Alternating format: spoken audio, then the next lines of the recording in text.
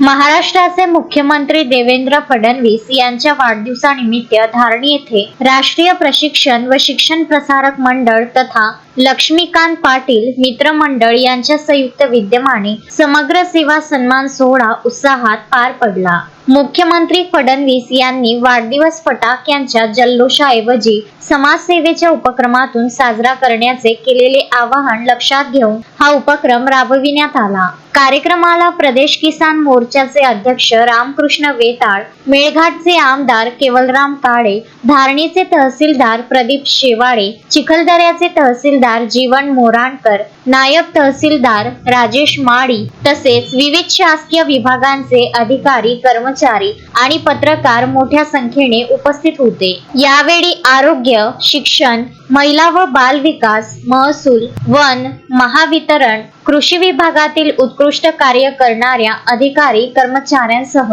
समाजहितासाठी कार्यरत पत्रकारांचा शाल, श्रीफळ, सन्मान चिन्ह आणि प्रशस्ती पत्र देऊन गौरव करण्यात आला। कार्यक्रमात बोलताना रामकृष्ण वेताळ यांनी राज्य सरकारचे विशेष लक्ष आदिवासी बहुल मेळघाटाच्या विकासाकडे असल्याचे सांगितले।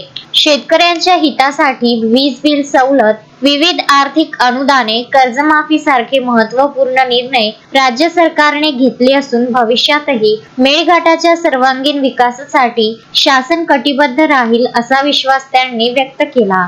आमदार केवलराम काळे यांनी समाजासाठी प्रामाणिकपणे सेवा बजावणाऱ्या अधिकारी, कर्मचारी आणि पत्रकारांचा गौरव हा प्रेरणादायी उपक्रम असल्याचे सांगितले। समाजसेवा आणि जनकल्याणाची भावना जपणाऱ्या व्यक्तींचा सन्मान हा समाजासाठी प्रेरणादायी ठरत असल्याचे त्यांनी नमूद केले। सेवाभावी कार्याला प्रोत्साहन देणारा आणि समाजातील विविध क्षेत्रात उल्लेखनीय योगदान देणाऱ्या व्यक्तींना गौरविणारा हा समग्र सेवा सन्मान सोहळा मुख्यमंत्री देवेंद्र फडणवीस यांच्या वाढदिवसानिमित्त मेळघाटात आगळावेगळा सामाजिक उपक्रम ठरला।